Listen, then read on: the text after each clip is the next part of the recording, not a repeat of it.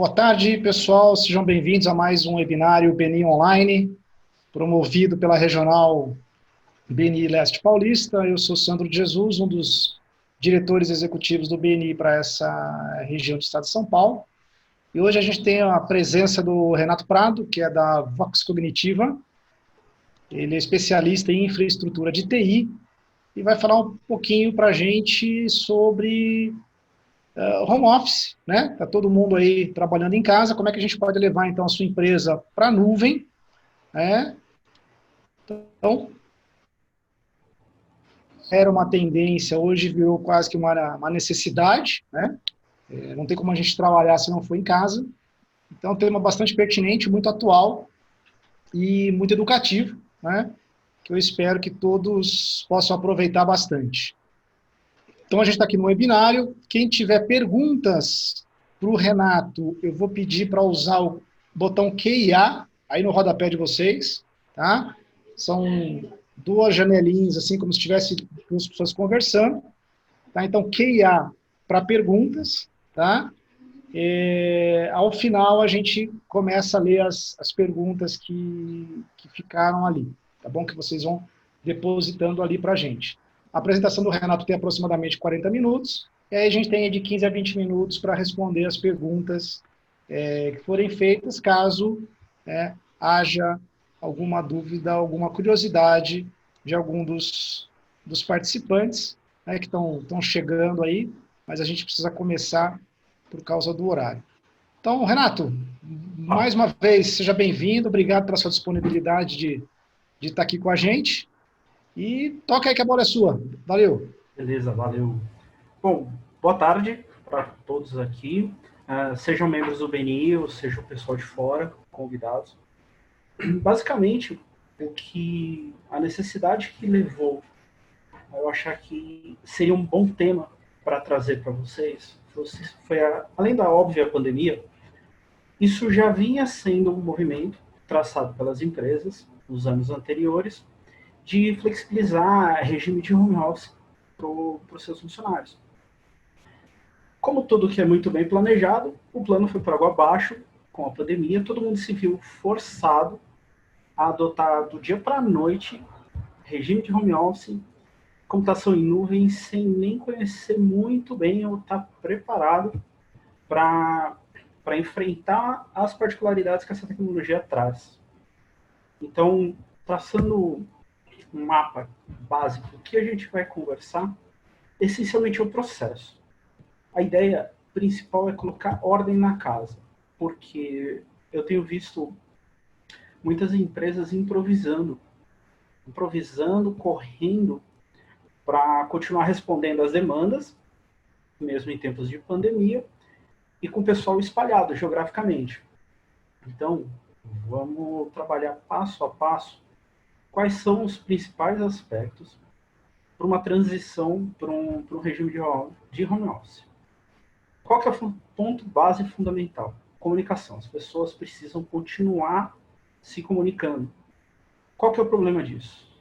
Todo improviso acaba virando meio que uma feira livre, onde todo mundo fala, todo mundo escuta e ninguém entende. Isso é o pilar fundamental. As empresas precisam ter comunicação de qualidade. Legal, está todo mundo se conversando. Aonde estão os dados? Como houve um êxodo dos escritórios, foi todo mundo parando em casa, as informações das empresas acabaram se espalhando pelas máquinas dos funcionários. Pelas máquinas, em pendrive, em celular, em nuvem.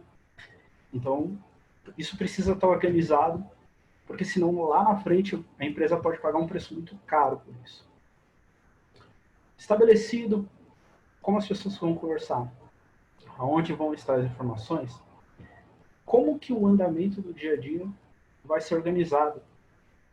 Porque empresas que não têm uma cultura prévia de home office, elas não estão acostumadas a chamar alguém e a pessoa não está exatamente disponível para atender naquele momento.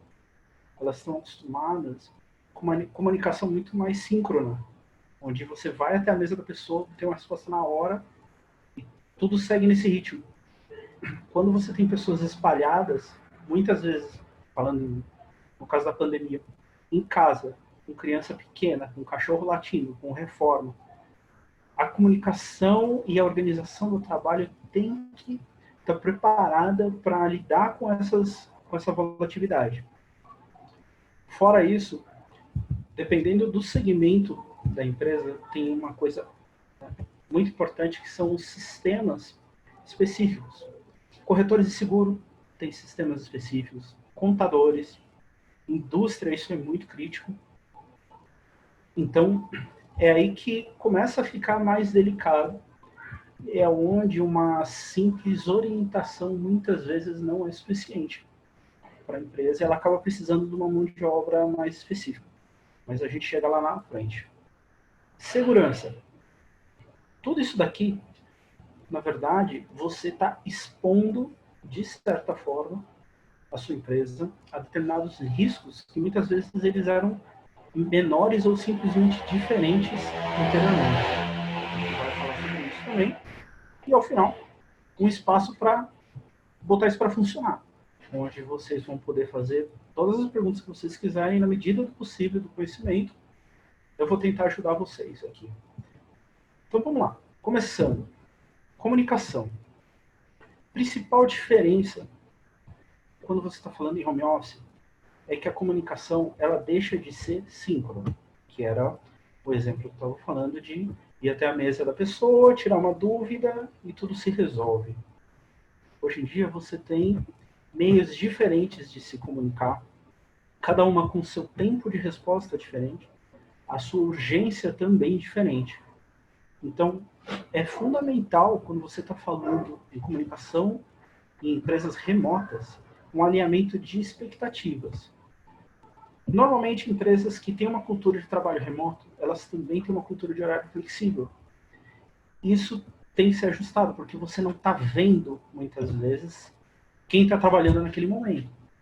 Você não pode ter uma expectativa que você vai mandar uma mensagem às 8 horas da noite e vai calhar de ter uma pessoa ali trabalhando que tem a resposta para a sua pergunta.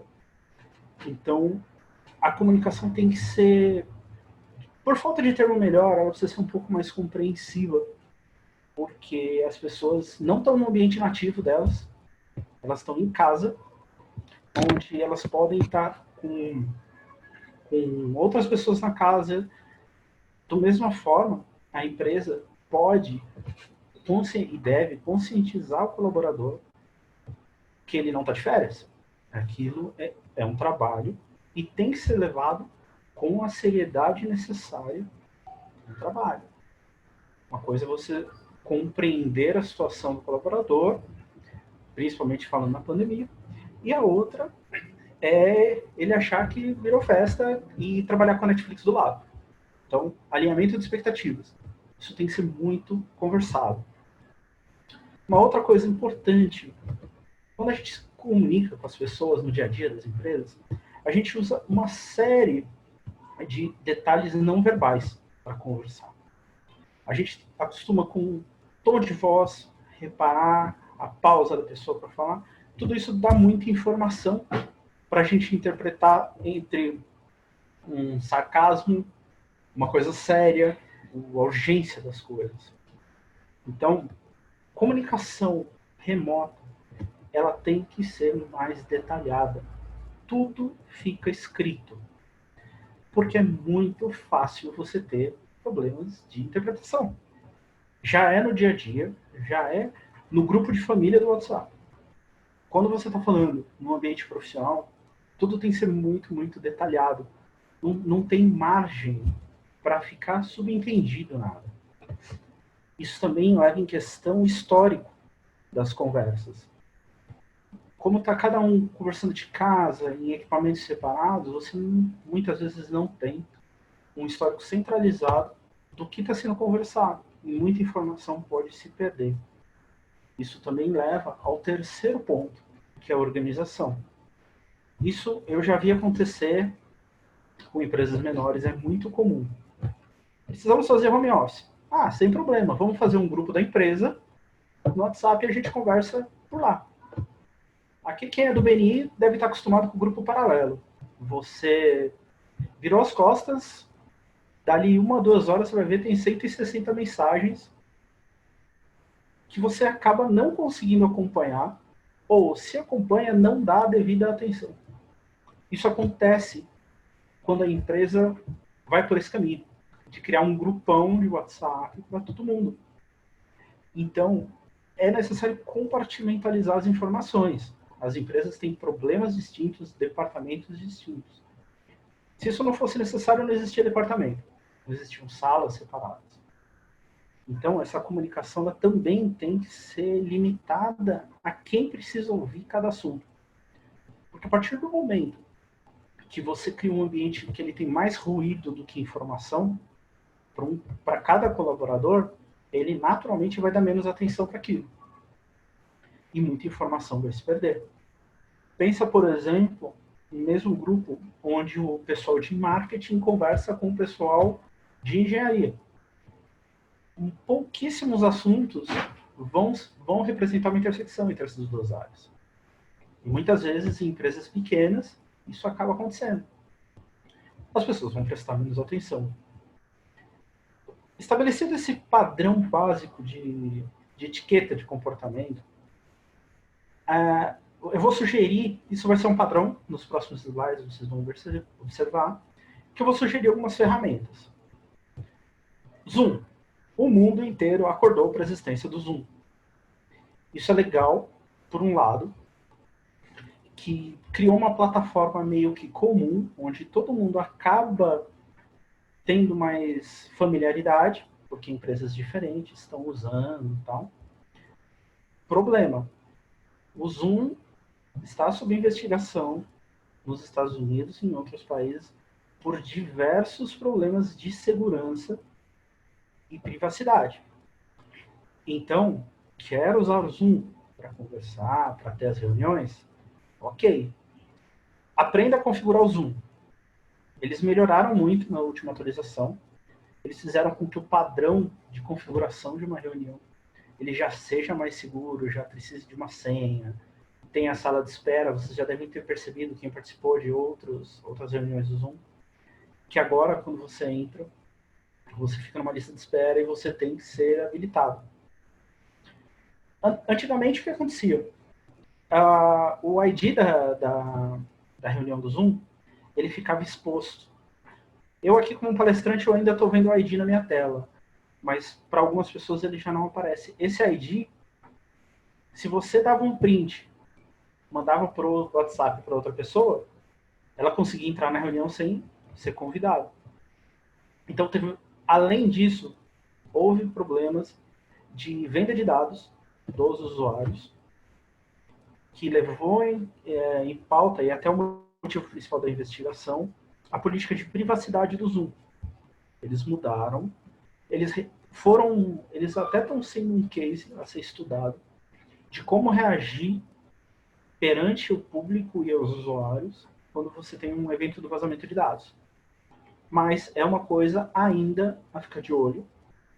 Minha recomendação, se a informação que você vai discutir, ela tem um grau de confidencialidade um pouco mais delicado do que a informação do dia a dia da sua empresa, eu não recomendaria o Zoom por enquanto, nesse momento, especialmente porque existem alternativas em faixa de preço parecida que são mais seguras. Preciso falar com outra empresa. Skype ainda é muito difundido. Em alguns mercados, é praticamente de praxe as empresas se comunicarem por Skype. Então, se você tem uma ligação que você precisa fazer ponto a ponto, o Skype ele ainda é mais familiar para as empresas. Então, você pode ter mais sucesso com o Skype. Ele também faz chamadas com múltiplas pessoas. E ele não deve ser descartado. Na verdade, ocorreu uma questão mercadológica onde eles perderam espaço para o Zoom, quando, na verdade, eles eram qualificados para enfrentar o Zoom de igual para igual. E parte disso vem do movimento da Microsoft de substituir o Skype pelo Teams. O Teams, ele é uma solução integrada de comunicação corporativa. O que ele traz por exemplo, além do Zoom, ele traz um canal de comunicação centralizado, onde a empresa vai ter todo o histórico de tudo que todo mundo falou para fins de auditoria, para fins de compliance, segurança, privacidade, tudo. É uma solução feita para isso. Ele está integrado ao Office 365, então a empresa pode pagar uma única assinatura e ela ter Office, o armazenamento, que eu vou falar lá na frente, e a solução de comunicação. Hoje, para você estabelecer uma política de home office, você está profissionalmente amparado, eu tenho recomendado bastante o Office 365 com o Teams.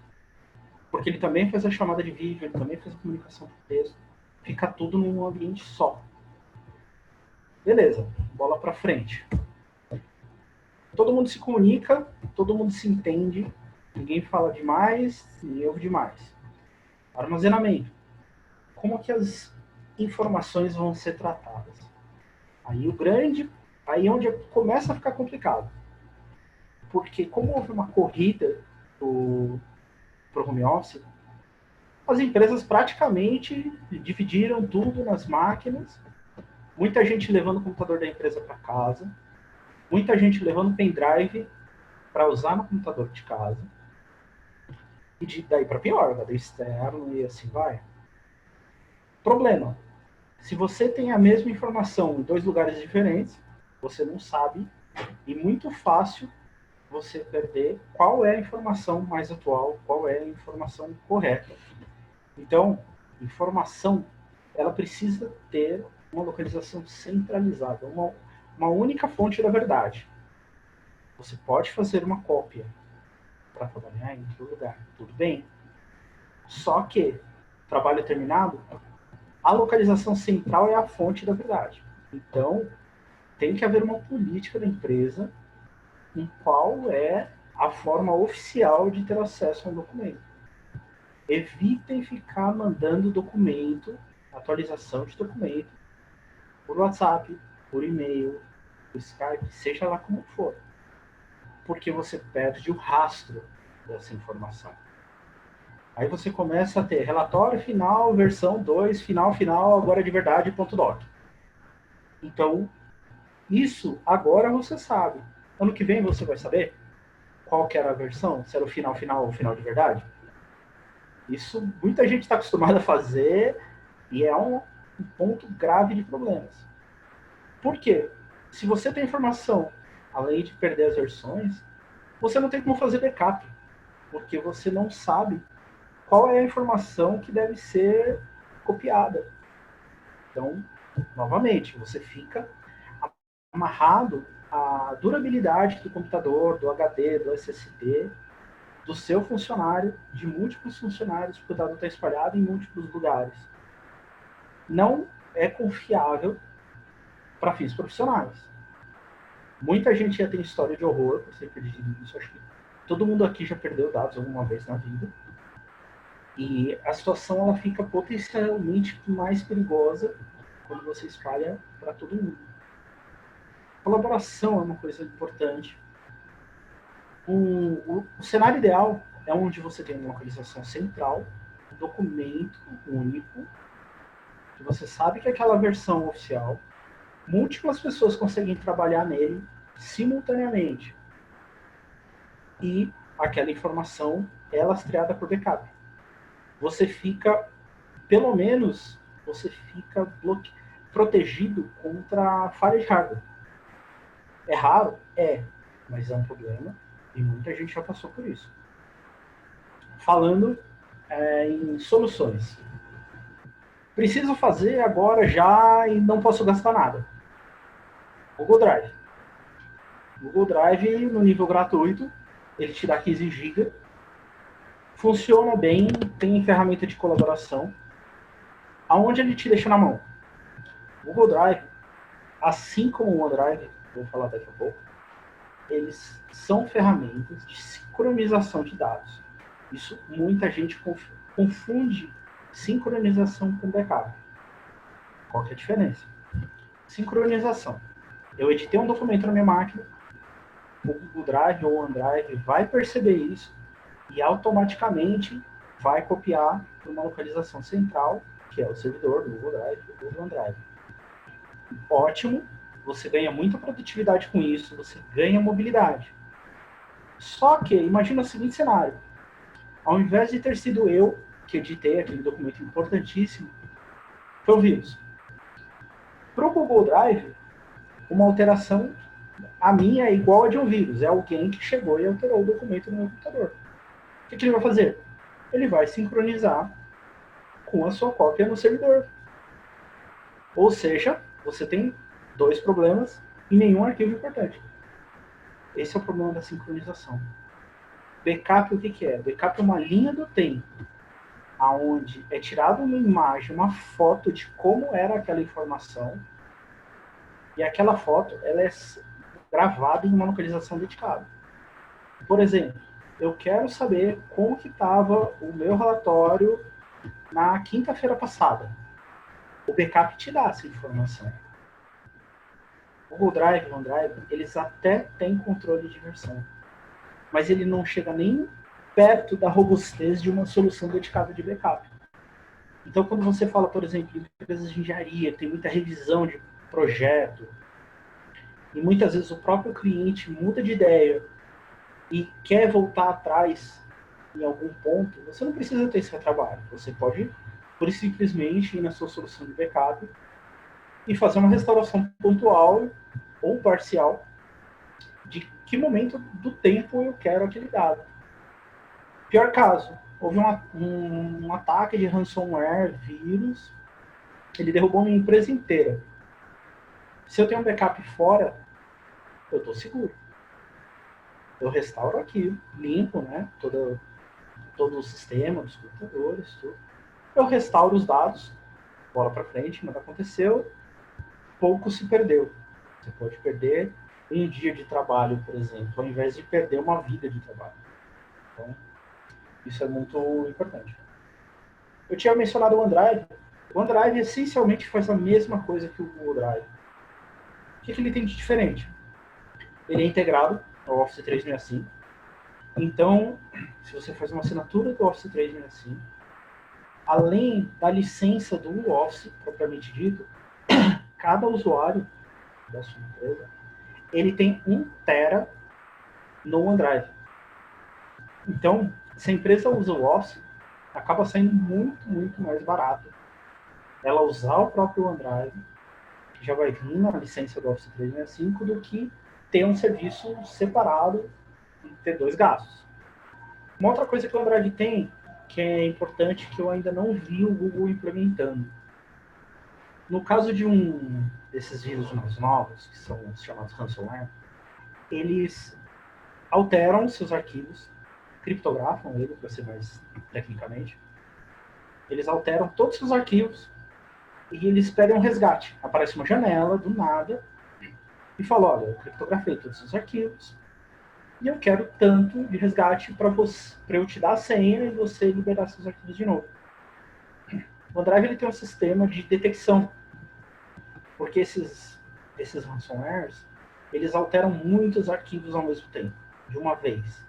O OneDrive ele percebe isso e ele vai te notificar que ele percebeu uma atividade incomum na sua conta e te dá a opção de imediatamente restaurar os arquivos alterados.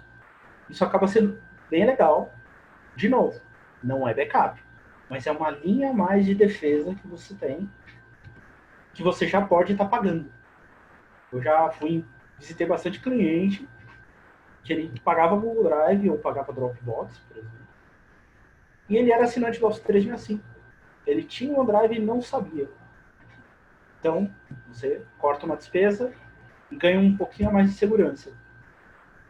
Agora, um caso muito típico. Eu preciso mandar um arquivo grande para um fornecedor, para um cliente. E esse arquivo, ele não vou dar acesso para ele no meu Google Drive, não vou dar acesso para ele no meu OneDrive. É só um arquivo que eu preciso mandar para uma gráfica, por exemplo. Esse send, ele é feito pela Mozilla. A Mozilla é a mesma empresa que faz o Firefox. eles têm um histórico muito grande de software seguro, de luta por privacidade online. Então, embora existam outras soluções que são até mais conhecidas, como o e-transfer, por exemplo, para você fazer um tiro rápido, se mandar um arquivo, minha recomendação é o Send, pelo maior foco em privacidade e segurança. Falando em armazenamento, eu achei isso. Gestão. Resolvemos a comunicação. Todo mundo está se falando. As informações estão centralizadas. Todo mundo pode colaborar. E está tudo protegido por backup. Então, indo bem. Como que eu toco o dia a dia da empresa? Como que eu administro isso? Antes você tinha as reuniões, você tinha mural, N soluções, lousa, empresa que adora usar lousa. Agora você não tem esses recursos. Então, você vai precisar o quê? Planejar, mapear e acompanhar. Planejamento ele depende muito do calendário. E por mais que a gente viva num mundo onde todo mundo tem um smartphone no bolso, muita gente usa agenda de papel, usa caderno, usa papel que enfia no bolso. E isso normalmente não dá muito certo. Quem aí já não marcou uma reunião, ficou esperando e a pessoa simplesmente esqueceu. Isso já aconteceu com muita gente. Então, acho que cabe um esforço de todos para se aí habituar mais a usar as agendas. No Google Agenda mesmo, que seja Outlook, qualquer solução, mas que você tenha uma informação junto com os colaboradores. Vocês têm que chegar num acordo sobre como vocês vão se organizar.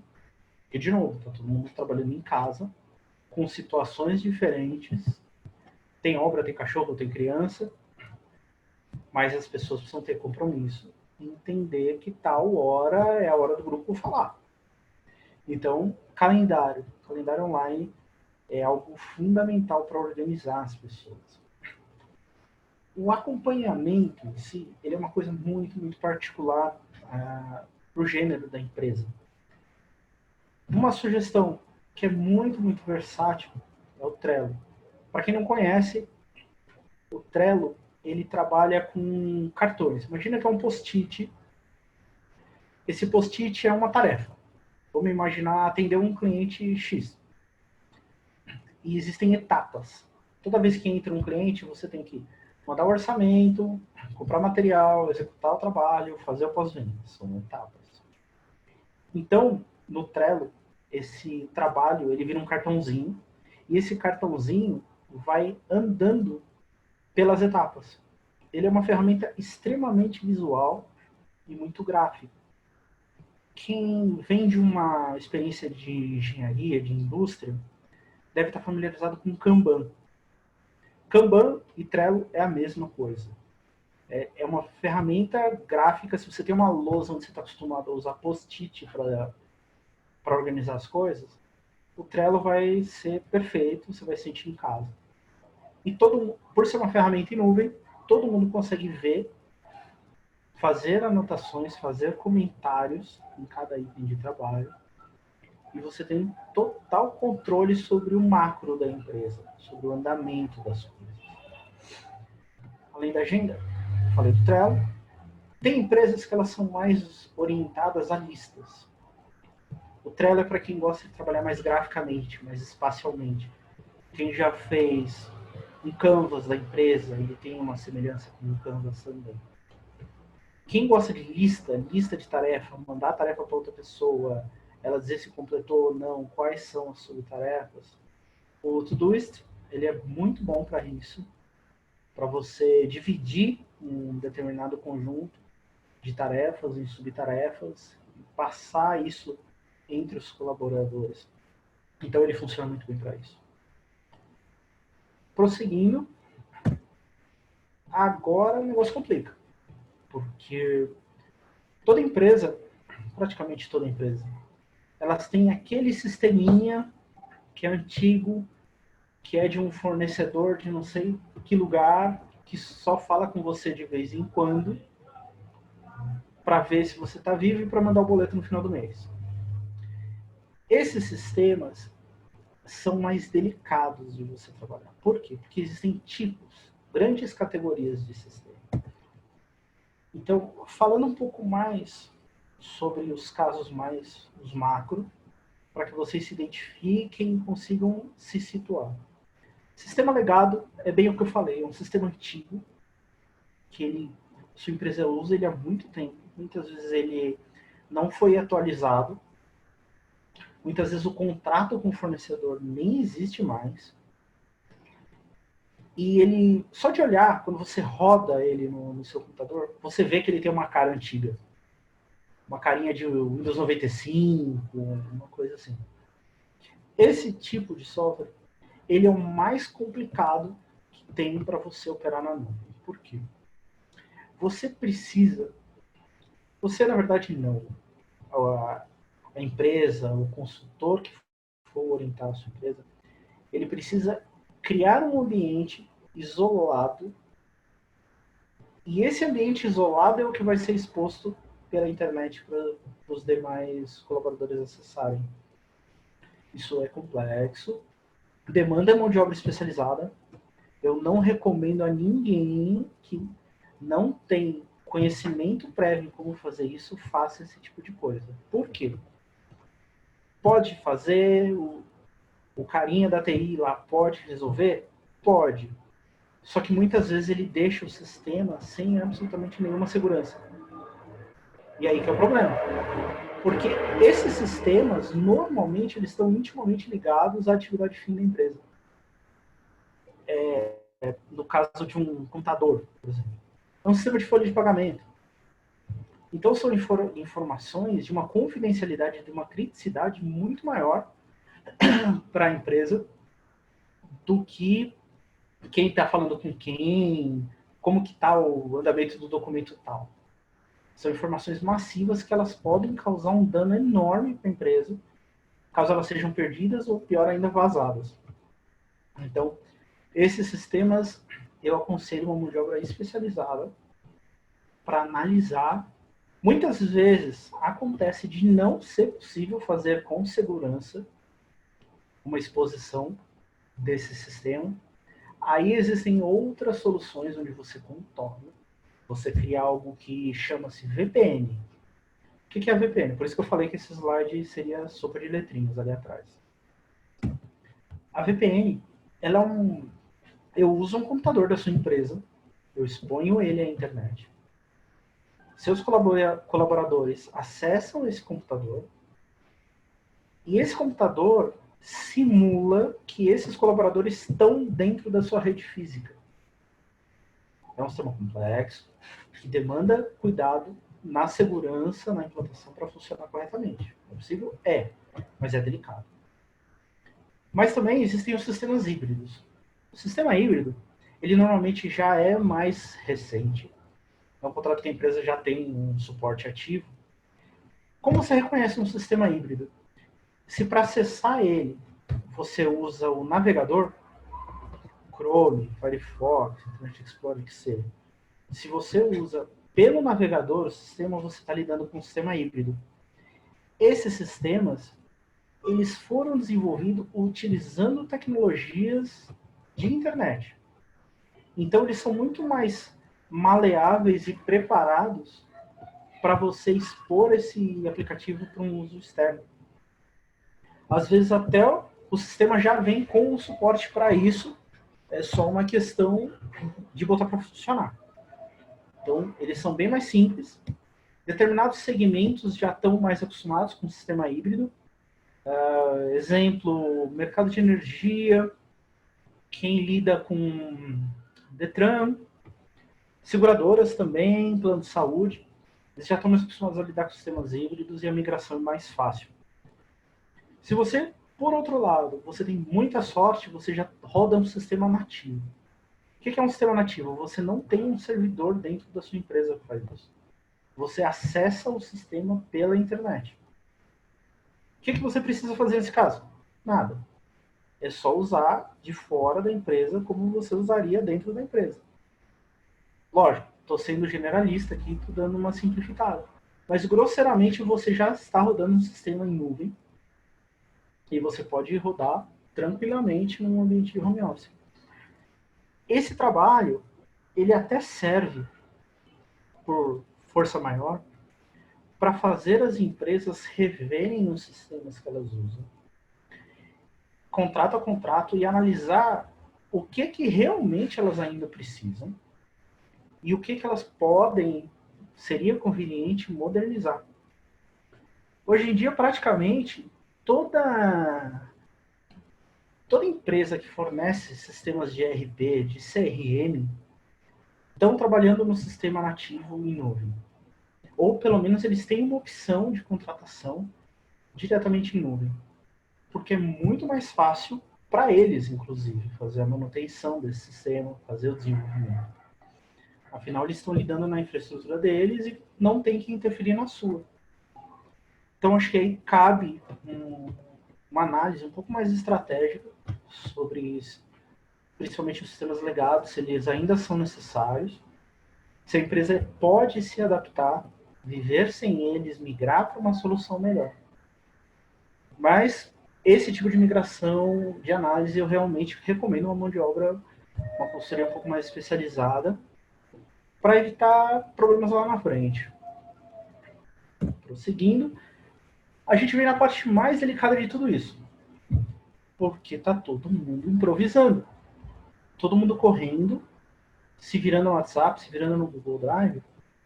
Só que, quando isso acabar, ou acabar entre aspas, o trabalho voltar a algo que lembre mais o normal, pode ser que a sua empresa tenha deixado espalhado informações críticas dos clientes, dos fornecedores, em vários lugares que ela não vai ter mais o controle. E todo mundo sabe, uma vez que chegou na internet, está lá para sempre. Você não consegue, na prática, se livrar de informação uma vez que ela foi parar na internet. Então, pensa assim, você soltou os funcionários para trabalhar em home office. Na maioria das vezes, eles vão usar o próprio computador. Você até pode deixar eles levarem o computador da empresa. Só que muitas vezes você não tem o controle. Às vezes eles pegam o computador da empresa e, por conveniência, eles vão usar o deles. Você não tem absolutamente nenhum controle sobre se o software que está naquele computador seria um software licenciado, se aquela máquina está livre de malware, de vírus e afins, se aquela conexão, aquele Wi-Fi onde a pessoa está trabalhando, não é um Wi-Fi de aeroporto sem senha nenhuma. Então você abre mão de muito controle sobre a informação da sua empresa. Não só da sua empresa, dos seus clientes, dos seus fornecedores. A pior coisa que pode ter para uma empresa não é nem perder essas informações. É que essas informações vão parar na mão de quem não deveria. Aí acontece da informação privada do seu cliente e parar numa lista de e-mail vendida num CD na Paulista. E os clientes podem bater na sua porta depois, reclamando que eles só tinham dado determinado telefone para você e agora eles estão recebendo ligação à torta e à direito de golpe. Então, no caso de vazamento de dados, você é corresponsável. Especialmente se for possível rastrear aquela informação que ela só pertencia, só estava na sua guarda e ela foi parar, sabe lá Deus onde. Então, o que é muito importante? Termo de responsabilidade. Isso, por força da urgência da pandemia, eu te garanto que a grande maioria das empresas não fez esse tipo de coisa quando autorizou um funcionário a fazer home office. Então, uma política de segurança, ela vai ser igual à responsabilidade. O seu colaborador, ele tem que entender claramente o valor e a criticidade da informação com a qual ele está lidando. Se você pode ceder o equipamento para que o funcionário trabalhe, é melhor. Inclusive na política de segurança, que o funcionário vai ter que concordar e aceitar, pode e até deve, se você puder, especificar que somente o equipamento da empresa pode ser utilizado para trabalhar. Porque você consegue, tanto tecnicamente, ter um grau de segurança maior, como em termos práticos, a responsabilização do funcionário em caso de problema.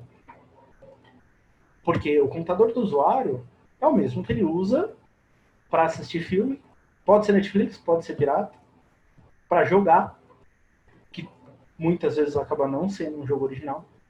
Todo software pirata, quando ele é instalado, ele pode vir junto com algum tipo de software malicioso. Seja um vírus, seja um cavalo de Troia, seja um ransomware. Então, automaticamente, se o software não está licenciado, você não sabe com certeza que software você está usando naquela máquina. E é o software que está sendo utilizado para mexer com os dados da sua empresa. Então, computador do colaborador, celular do colaborador, ele tem que ser considerado como potencialmente inseguro. Parte-se do pressuposto que você não sabe o que tem ali. Outra coisa importante, as empresas, achando que essa quarentena seria algo mais rápido, mais pontual, elas saíram usando tudo quanto é nível gratuito de software, teste e afim, só para correr e arrumar uma solução rápida. Só que vocês já devem ter ouvido isso em algum lugar. Se é de graça, você é o produto. Então, pode ter certeza que as informações de uso, o perfil dos seus usuários, ele está sendo usado, está sendo monetizado de alguma forma e sendo vendido para outra empresa. Além disso, você não tem nenhum tipo de garantia. Se você olhar lá nos termos de uso do Google Drive, do OneDrive, que seja, no nível gratuito, eles não oferecem absolutamente nenhuma garantia que amanhã seus dados vão estar lá. Então, as pessoas não leem os termos de uso. Isso já é sabido. Só que você não está lidando com o trabalho de escola. Você está lidando com a coisa mais importante da sua empresa, que é a informação. Então, tem que se tomar esse cuidado. Backup, fundamental. Receita simples de backup. 3 cópias. Para que você está trabalhando, uma cópia local e uma cópia longe de você. Longe de você pode ser em outro lugar, na sua casa, no escritório, na filial ou na nuvem. A nuvem costuma ser mais prático. Então, qual que é a lição aqui? A conveniência, infelizmente, ela sempre prevalece sobre a segurança. Então, buscando a comodidade, a praticidade, as pessoas tendem a deixar a segurança de lado. Por isso, de novo, que o termo de responsabilidade de política de segurança é importante. Porque ela vai fazer elas pensarem 2 vezes a respeito de como elas vão lidar com essas informações.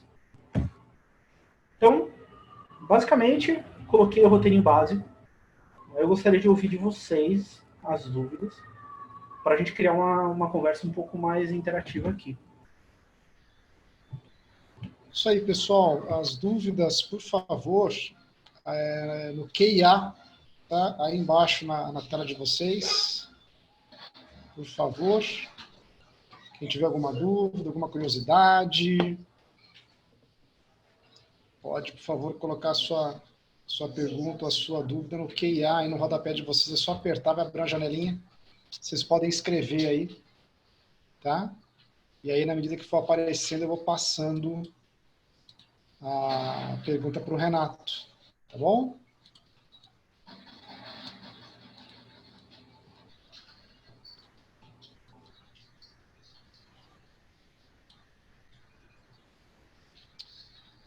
Renato, o Vinícius Kimura está perguntando aqui que sugestão que você tem para backup em nuvem. Backup em nuvem tem um serviço que ele chama Blackblaze. ele é muito, muito prático e muito, muito barato. Se não me falha a memória, o plano dele custa $6 mensais, sem limite de armazenamento. E quando você assina ele, você já baixa o cliente dele, instala na sua máquina. E ele trabalha sozinho. Ele vai fazer o backup automaticamente para você, dia a dia. E você tem todo o histórico dos dados. Então, se o uso é relativamente simples, é a melhor solução em termos de custo-benefício que eu consigo sugerir. Legal, Renato. O Everton Hirayama, sobre a prorrogação do LGDP, que dicas que você pode passar para os empresários? Se prepara, porque foi uma colher de chá. É um processo extremamente trabalhoso, dependendo do ramo da empresa. Eu tive num congresso recentemente, onde tinha o pessoal do Santander, de cartões de benefícios e afins.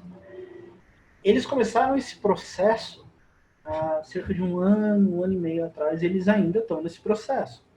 Óbvio, é uma ordem de grandeza diferente? Sim. O problema é que a LGPD, ela é um fio que você começa a puxar. E quanto mais você puxa, mais você acha coisas que muitas vezes estão presas em um departamento específico. Eu vou dar um exemplo muito, muito simples. O pessoal de marketing da empresa gosta de saber a data de aniversário do cliente para mandar um e-mail ou alguma coisa, uma promoçãozinha, esse tipo de coisa. É ótimo do ponto de vista de marketing. Só que essa informação precisa ter o consentimento do cliente. Toda e qualquer informação pessoalmente identificável que você coleta de alguém, ela tem que ter um consentimento escrito e assinado digitalmente ou manualmente por parte do dono do dado. Então, isso acaba sendo um processo onde a empresa começa, não, eu só pego cadastro, endereço. Tudo bem? Isso existe uma prerrogativa legal. Você precisa, por exemplo, do CNPJ do seu cliente para poder emitir uma nota para ele. Então, isso não é um problema. O problema começa em áreas correlatas, que não são diretamente ligadas à atividade fim da empresa. Um outro exemplo, RH. Muitas vezes, o RH ele coleta mais informações do que o necessário dos candidatos. Não é nem dos funcionários, dos candidatos. Existe uma política de retenção daqueles dados. A partir do momento que eu me candidato a uma vaga de uma empresa, eu preciso ser conscientizado sobre por quanto tempo a empresa vai manter aqueles dados. E o dono do dado, ele tem o direito de pedir para ser esquecido. Então, são determinadas coisas que, muitas vezes, o sistema ERP da empresa não tem um jeito fácil de deletar os dados de um determinado cliente. Isso acontece muito, principalmente com o sistema legado. Então, por isso que é um processo mais demorado, mais delicado. De novo, foi uma colher de chá. Agora, essas empresas têm pelo menos aí um semestre para cuidar disso e não correr o risco de ter problema de fiscalização muito rápido a ponto dela não poder reagir. Ainda mais agora, com política de home office, nuvem, esses dados estão seguindo um arranjo diferente de retenção, de armazenamento. Então, tudo isso tem que ser visto. Se a empresa já estava num processo antes da pandemia, esse processo mudou. Esse processo mudou porque a forma da empresa operar mudou. Muito bem. E o Everton continua aqui, ele perguntando, né, se todos os empresários do BNI serão impactados. Na verdade, todos os empresários, né? Todos os empresários. Não importa se a empresa é grande ou pequena, todo mundo vai ter que responder. É uma lei federal, certo? Sim, é uma questão parecida com o licenciamento de software. Eu vou dar um exemplo. Eu tenho um cliente meu, que é um escritório pequenininho, tem 2 funcionários. Esse cliente está sendo auditado pela Microsoft em questão de licenciamento de software. E a coisa mais comum, eu tenho participado de muito Zoom, né? Com vários empresários e tal. A coisa mais comum que eu vejo é o Office com a barra de produto não ativado lá em cima. Então, isso é complicado. E o LGPD vai ser a mesma coisa. Porque o pior cenário possível que eu imagino é que se forme meio que uma indústria jurídica em cima disso. Onde você tem pequenos escritórios de advocacia entrando com ação contra as empresas por causa de posse de dados. Porque vai ficar muito fácil, a partir de um modelinho de processo, você criar quantidades absurdas de processos, e as empresas pequenas são as que estão menos preparadas, né? As que menos contam, muitas vezes, com consultoria jurídica, seguro de responsabilidade civil, para lidar com esse tipo de coisa. Então, infelizmente, você pode ter uma nova indústria da multa aí, só que com dados, porque os dados passam a valer dinheiro agora. Né? Muito bem. A Cláudia está querendo saber se mesmo quem usa o OneDrive ou coisas parecidas, né? Acho que serve para outras pessoas também, para sincronização, se ainda assim você recomenda fazer um backup. Sim, foi exatamente aquilo que eu disse. Tanto o Google quanto o OneDrive, o Dropbox também, eles são ferramentas de sincronização. O que você faz na sua máquina automaticamente é replicado para a nuvem. O problema acontece quando você tem algum problema, ou até mesmo sem querer, você faz uma alteração e essa alteração é automaticamente sincronizada. Então, muitas vezes você não consegue reaver uma informação de um tempo atrás. E quando você quer andar pela linha do tempo de um determinado documento. No caso do OneDrive, ele ainda tem um controle de versão bom para documentos do Office, por exemplo. Ele consegue detectar que são várias versões do documento. Mas se você tem uma aplicação que foge do controle dele, uma solução de CAD, por exemplo, é um formato de arquivo com o qual ele não está familiarizado, então o controle de versão dele não vai ser tão bom se ele conseguir detectar. Então, o backup ele é algo complementar. Pensa assim, a sincronização, ela te dá comodidade, ela te dá mobilidade e ela te dá um grau de resistência, de resiliência à falha de hardware. Mas ela não é uma foto da linha do tempo dos seus dados. Para isso que serve o backup. Backup também tem a questão do plano de desastre. Exemplo, você tem um incêndio no escritório. Por isso que você tem que ter uma cópia longe. Só que se você tem a cópia, só que a última versão não era a versão que você queria por algum motivo, você está sem nada. Por isso o backup. Ok. Mais alguém, pessoal? Já tem mais um tempinho aí. Enquanto alguém se anima ou tem tempo para digitar, eu quero lembrar a todos aqui que na próxima quinta-feira, também às 17 horas, no nosso momento BNI Online, a gente vai ter a presença da Flávia Valentim, da agência Vínculo, ela que é professora universitária, inclusive, na área de marketing. Ela vai falar sobre a presença digital nesse momento, né? Também é um tema bastante oportuno, porque se a gente não consegue encontrar com o nosso cliente na empresa, a gente tem que dar um jeito de encontrar com ele, né? E está todo mundo conectado, então o marketing digital hoje, mais do que nunca, é muito relevante para quem quer continuar operando, continuar vendendo, continuar trabalhando. Renato, por enquanto mais nenhuma pergunta. Você quer fazer algumas considerações finais, enquanto a gente aguarda ver se mais alguém se anima? O que eu gostaria de deixar claro é que assim, o normal mudou. Seja lá quando a gente voltar ao normal, esse normal não vai ser o normal que a gente estava acostumado. Então, a dinâmica mudou. Home office, nuvem, essas coisas vão ser muito mais presentes do que eram anteriormente. Até mesmo porque já foi feito um esforço enorme nessa correria para adaptar as empresas. Não faz sentido perder isso. também, além de reagir à emergência, existem muitas vantagens nesse tipo de regime. Nem que seja economizar um metro quadrado de escritório. Mudou, a forma de fazer negócio mudou. Quem tem acompanhado os outros webinários tem visto a necessidade das empresas de migrar para o digital, até mesmo de correr atrás do cliente e encontrar com ele onde quer que ele esteja. Infelizmente, agora ele só está em casa usando a internet. Só que essa galera vai trabalhar. E muita gente não vai se sentir confortável, muitas vezes, aí trabalhar de máscara se ele tem a opção do home office.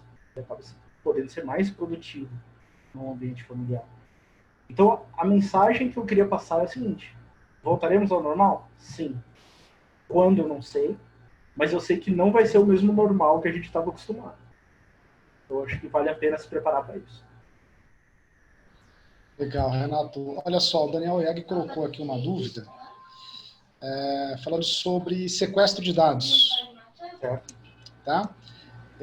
O que a gente pode fazer para impedir esse tipo de invasões de forma geral, né? Uhum. Mas especificamente o sequestro de dados, né, para obtenção de resgate, muitas vezes em criptomoeda, como ele citou aqui. Sequestro de dados, você tem dois problemas para resolver. O primeiro, que você ficou proibido de usar seus próprios dados. Então, tem que ser encarado como se tivesse perdido o dado. Quanto a isso, backup. É a solução absoluta que vai te salvar nessa hora. O outro problema é quanto ao vazamento desses dados. Quando é um sequestro de dados, que é um software que faz, ele só pede aquela informação, senão ele vai destruir, na verdade é o menor dos seus problemas. Então, se você tem um backup, é só você ignorar, zera aquela máquina, bola para frente, restaura o backup e nada aconteceu. O maior problema é quando você recebe uma tentativa de extorsão. A tentativa de extorsão, infelizmente, uma vez que ela aconteceu, ela geralmente vem acompanhada de uma prova.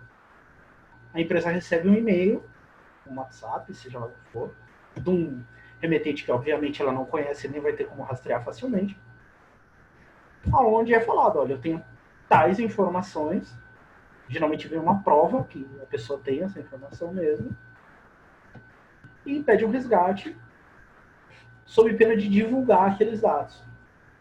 Isso, infelizmente, uma vez que a informação está na internet, ela está lá para sempre. Vide Carolina Dickmann. Ganhou uma lei com o nome dela justamente por causa disso. Então, é praticamente impossível você correr atrás. Aonde você tem que trabalhar? Você tem que trabalhar antes. Então, vamos trabalhar com nuvem. Existe uma solução muito simples para a maioria dos serviços online, tá? Google, Microsoft, Facebook, que chama autenticação de 2 fatores. O que é isso? Se alguém descobre sua senha, normalmente, seja lá por que motivo, que você deixou anotada no papel, porque é uma senha fácil, essa pessoa consegue ir de qualquer outro computador, né, e acessar sua conta. Com a autenticação de fator duplo, não. Ela se baseia, ao invés de você entrar usando só sua senha, que é algo que você sabe, você entra com algo que você sabe, que é sua senha, e algo que você tem. O que é isso? É um token. Quem já usou o token do Itaú lidava com autenticação de 2 fatores, onde você entrava com a senha do seu cartão e ele pedia um código numérico, que esse código mudava de tempo em tempo para você entrar. Hoje existem aplicativos, você instala no celular, e ele pode gerar tokens para vários serviços diferentes. Então, você entra na configuração da sua conta do Google, da sua conta Microsoft, na parte de segurança e login, vai ter a opção para você configurar a autenticação de 2 fatores. E eles te guiam passo a passo pelo processo, até recomendando o aplicativo que você instala, e você passa a contar com esses 2 fatores.